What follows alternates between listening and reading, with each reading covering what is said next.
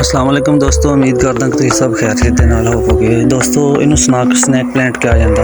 Snake plant दोस्तों ये बहुत सारे फायदे होंगे इस स्नैक प्लांट के, तुहानूं मैं दिखाना दोस्तों ये नाले फायदे दसदा।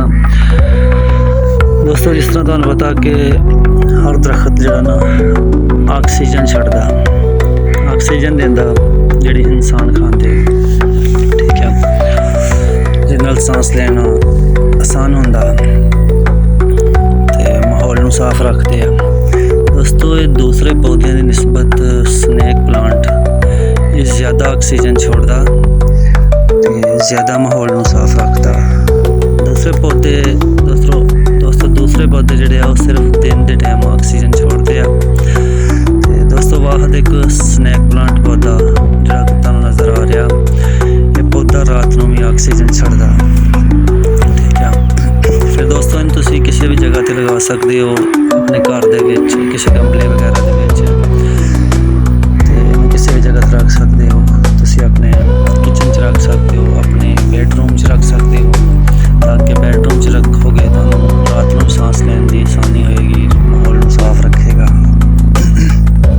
तो इसकी खासियत है कि इनू दूसरे पौधे की निस्बत जिस तरह दूसरों को रोशनी चाहिए होंगी है, धुप्प की जरूरत होंगी है, इन्हें धुप्प की जरूरत नहीं, रोशनी ज़्यादा की जरूरत नहीं। इत्थे थोड़ी जी रोशनी आती है हल्की जी, उत्थे भी ठीक रहता, खराब नहीं होंदा, सुकता नहीं, गलदा नहीं।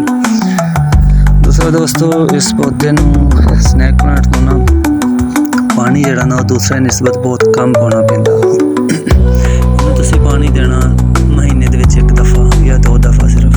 अगर ज़्यादा पानी तुसीं पाओगे तो इसदी जड़ां जिहड़ियां गल जाणगियां, बहुत जल्दी ये जड़ां गल जांदियां पानी अगर ज़्यादा दे होते। दोस्तों सेहत वास्ते बहुत ही अच्छा होंदा है, फायदेमंद है। वैसे भी घर दे विच खूबसूरती वधांदा। तुसीं अपने कमरे च रखो, मेहमान आए ने उन्हां दे नज़दीक, उन्हां दे अगे किते भी तुसीं रखो, खूबसूरती वध जांदी है। दोस्तों उम्मीद करदा कि तुहानूं अज दी वीडियो चंगी लगी होएगी ते इंशाअल्लाह इसी तरह तुहाडे वास्ते वीडियो लैके तुहाडी खिदमत विच फिर पेश होवांगे। दोस्तों आ देखो मैंने लगाया कल ते 4 पत्ते लैके आए दोस्तों। ये जड़ां की जरूरत नहीं है, पत्ते जिहड़े ने पत्ता तुसीं इहदा तोड़ के लैके वो किसी गमले ते लगा के उन्हें एक दफ़ा पानी पा दिओ, दोबारा नूं पानी नहीं देना जिन्नी देर तक वो चल ना जाए। तो दोस्तों ये पत्ते तो ही चल जाएगा, ठीक है दोस्तों। अल्लाह हाफिज़।